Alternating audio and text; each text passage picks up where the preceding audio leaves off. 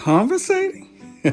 Conversating with Pops and Ade. Yep, conversating with Pops and Ade. Well, I'm Peter J. Harris. And I'm Adenike A. Harris, and this is Conversating with Pops and Ade. Conversating with Pops and Ade. Let's go. Let's get started.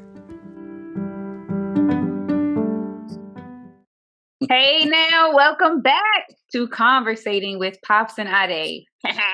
What's up, Dad? Hey now, how you doing? Let's get it I'm on. good. Let's How go. are you? I'm excited. Let's talk. Let's talk it. Well, it's not a new cut. It's a cut.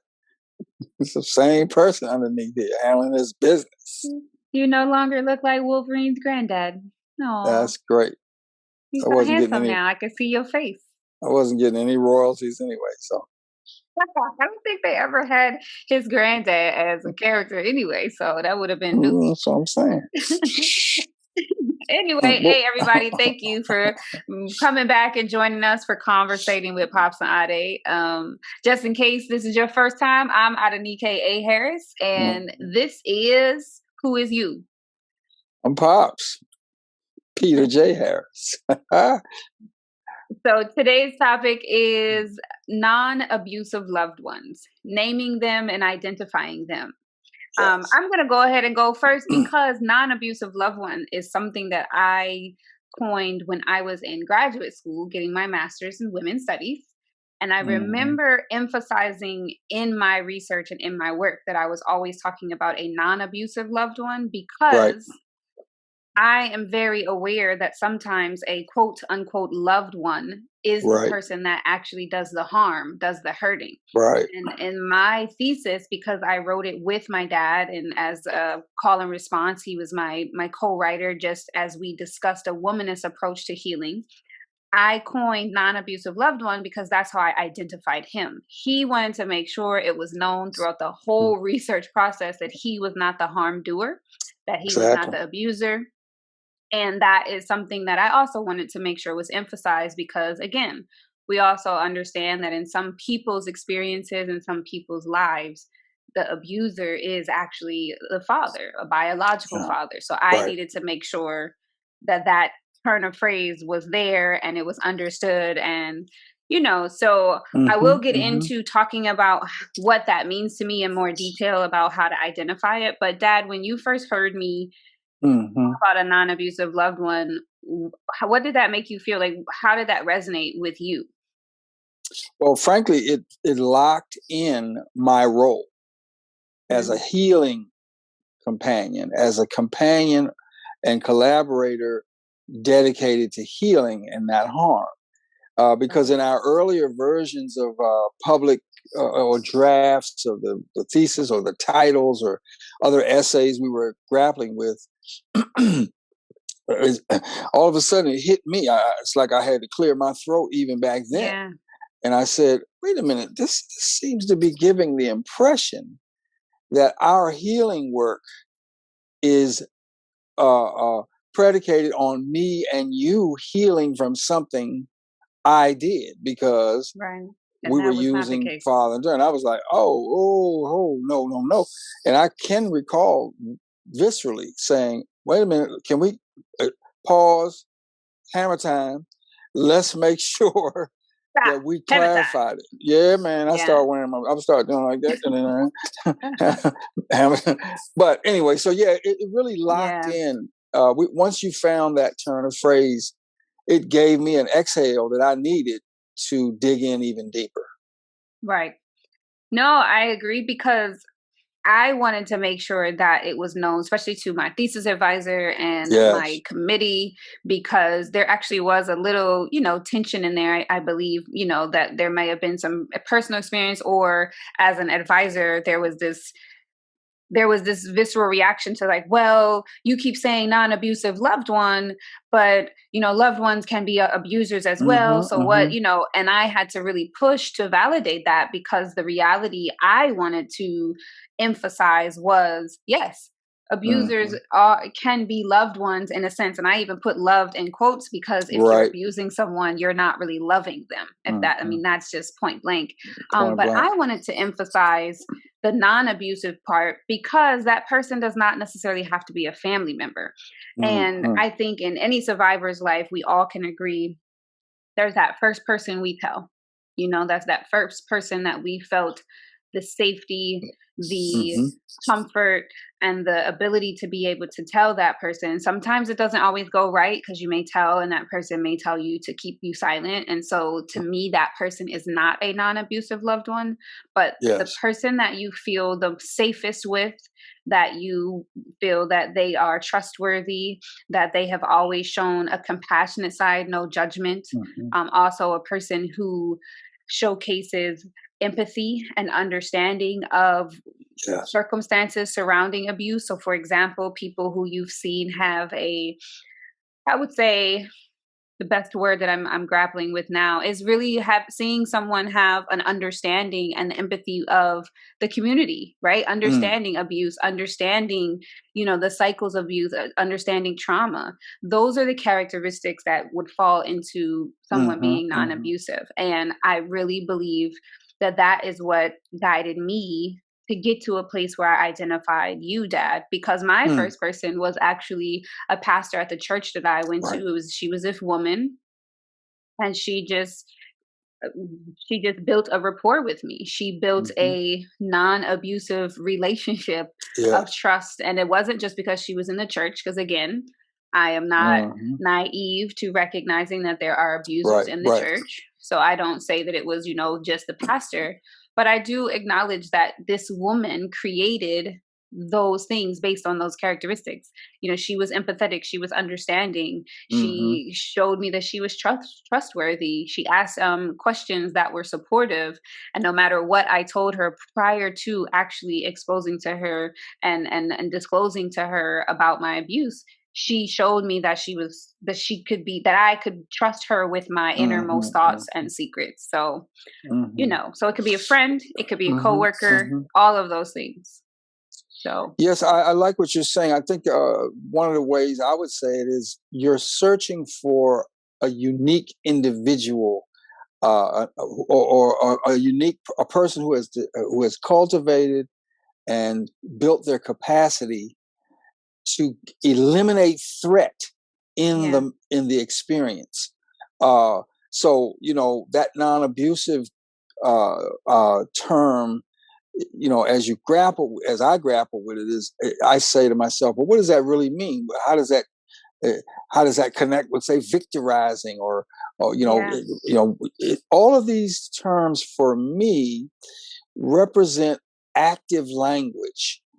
So even though non-abusive is not a verb, uh, it actually embodies for me, especially in that traumatic experiences, traumatic experiences that we were dealing with. It hmm, embodies for me that you can not only trust me, but that you can actually embrace my role. yeah, That every dynamic way that I stay involved with this is going to just enhance safety. It's going hmm, to unravel, eliminate, neutralize threat. It's I'm never every tone of voice. It's not again.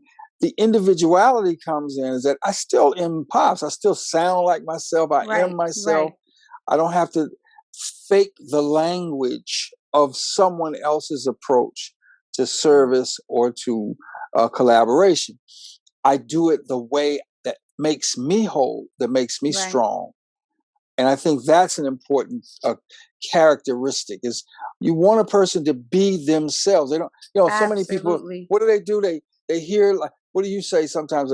Somebody thinks they have to say, I'm sorry, or all right, that's fine. But what's most important is how are you representing, like a field, an ethical field, an right, ethical ecology? How are you a representative or an ambassador from the real tender but powerful work that right. goes into collaborating with somebody?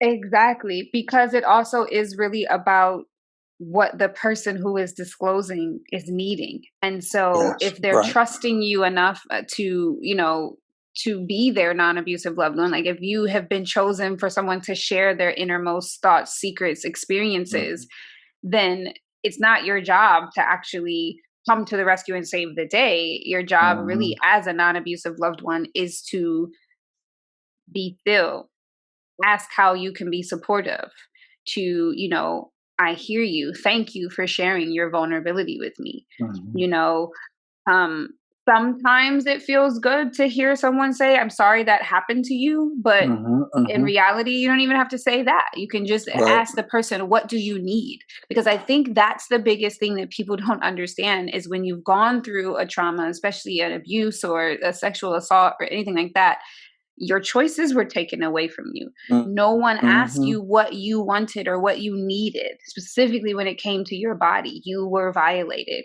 So if you have someone who is in this role, they've chosen you to be a non abusive loved one, then the real blessing and the gift that you offer is the choice. How can I support you? What do you Mm-hmm. need me to Mm-hmm. do for you? Right. A lot Right. of times they may not even want to go to the police. They may not even want to tell anybody else. It's not your job to convince them to do that. Right. It's not your job to go Mm-hmm. behind their back and do it, because then you're just perpetuating, this is what it's uncomfortable for you, so you need to tell. Mm-hmm. Mm-hmm. Definitely encourage them to, what kind of support they need. Well, what do you need? Okay, you don't want to go to the police, so then what do you need to do? If that person is in physical harm, like if they go back Right. home, maybe offer like, hey, well, why don't you just spend the night? Why don't you, stay Mm-hmm. here? And just give them the opportunity to make choices. And I think Right. that's the piece that I really want to emphasize is the power of choice, the power of being listened to. And I think Mm-hmm. also, Dad, one of the reasons why I can identify you, not only just outside of you just being my father and being a kind-hearted father, Mm-hmm. but you listened to me. Mm. The hardest thing for you to ever do was to not do anything, and I asked you to Yeah. do that, and you did it. And Right. that built Mm. respect. That built me looking at you like, cool, he's listening to me.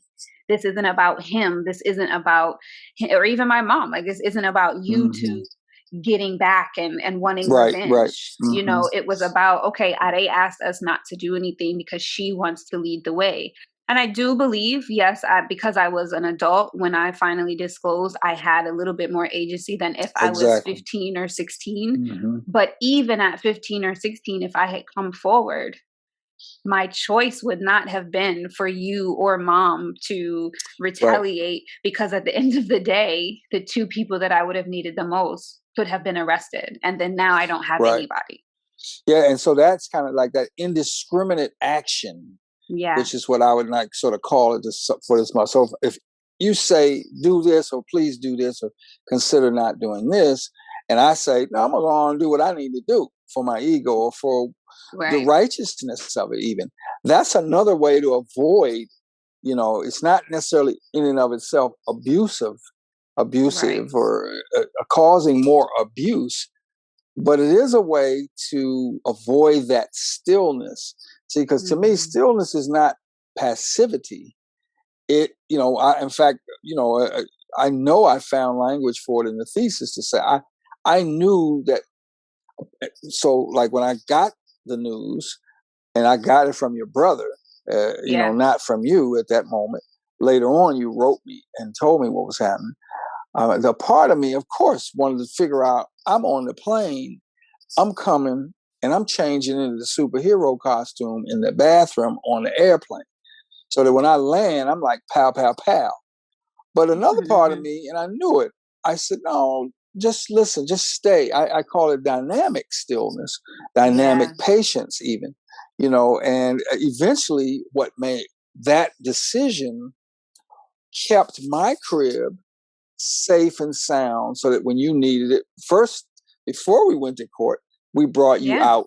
We brought you out to California where we really had to look at each other in the eye. And then we really sort of crafted, the ways to go forward, the ways to Right. expand into the right range of actions that would then prepare us for the things that we couldn't expect. Like me being in the court when the predator dude comes out the bathroom while I'm going in the bathroom.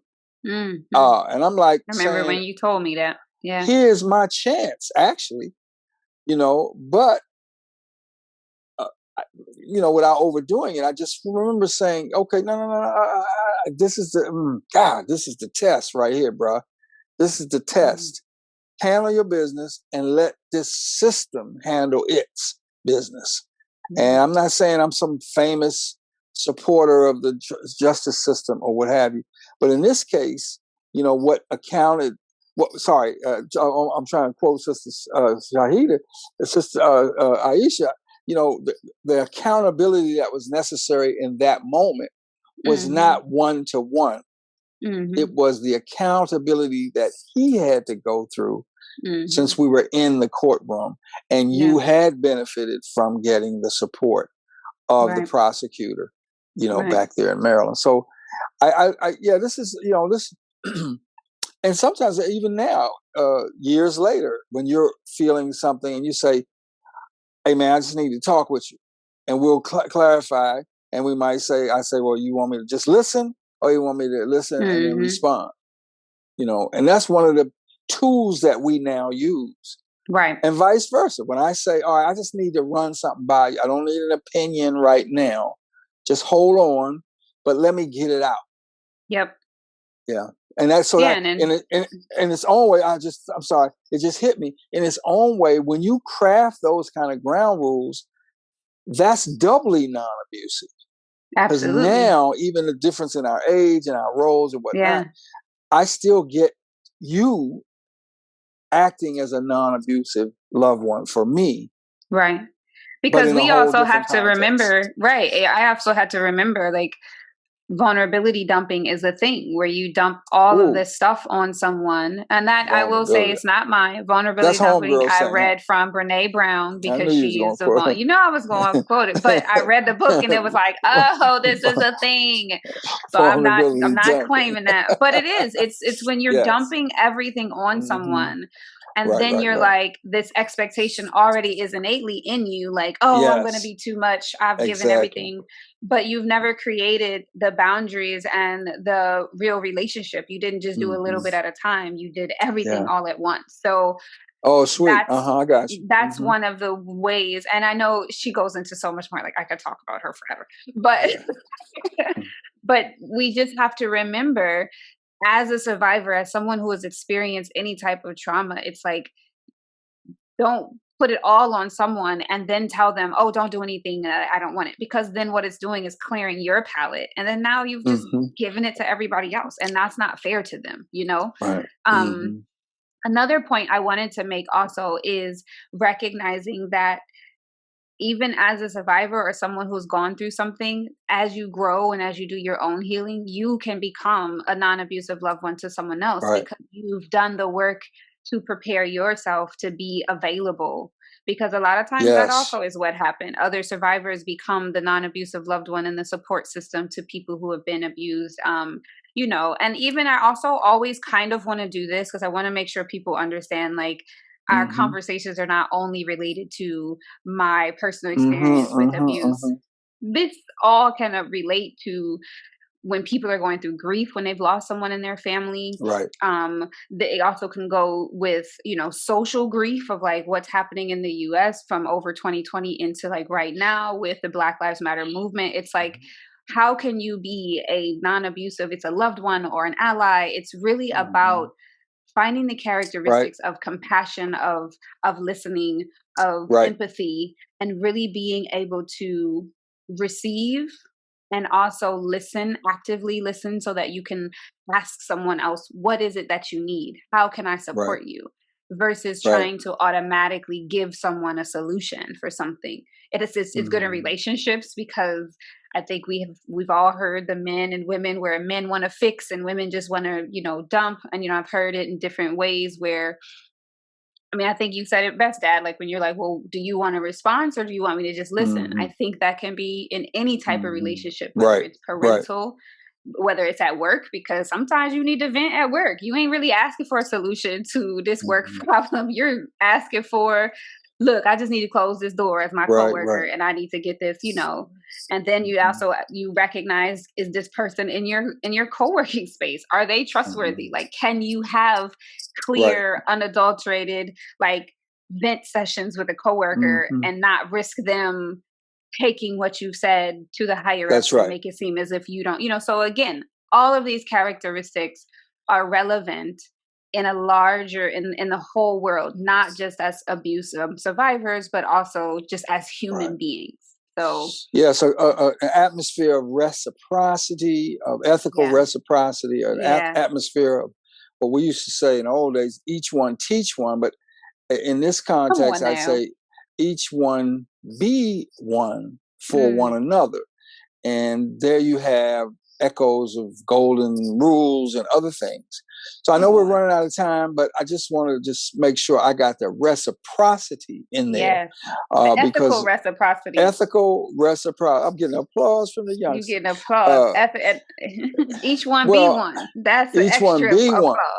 Yeah, because in the old Yeah. days, we say each one teach one. Well, nowadays, I guess they say pay it forward and whatnot. Mm, All these are proverbial, frameworks yeah. where the collective wisdom of the community and the history and the culture says these things through these distilled, breakdowns known as proverbs. So, Mm-hmm. but I Mm, do think, yeah, non-abusive mm. loved one. I think it's a little clunky if I'm writing a sentence. It ain't going in no poems of mine. I'm gonna tell you that now. But it's a beautiful framing device, I think. Yeah. Non-abusive loved one. And Mm-hmm. within there, you get to mold it, shape it Yeah. together Yeah. into the set of actions that will benefit both participants. That's all I got Absolutely. to say right now. I'm done, That's it, personally. man. Look, ethical, ethical reciprocity. Come Okay. on. That's all I got for y'all. So thanks for joining Yeah. us for this episode, Hmm. and come back soon. We got more for you Yeah. later. Yeah. You've been listening to Conversating with Pops and Ade. We're your hosts, Peter Harris. And I'm Adenike Harris. Please, wherever you're listening to this podcast, subscribe, share with your friends, and give us feedback. Also, don't forget to follow us at our Instagram page at Pops and Ade, POPSNADE. Facebook, we are Peter and Adenike Harris. And you can also find us on YouTube, where you can see other videos of work that we have done, including our TED Talk entitled Healing versus Retaliation. Thanks again, and come back soon.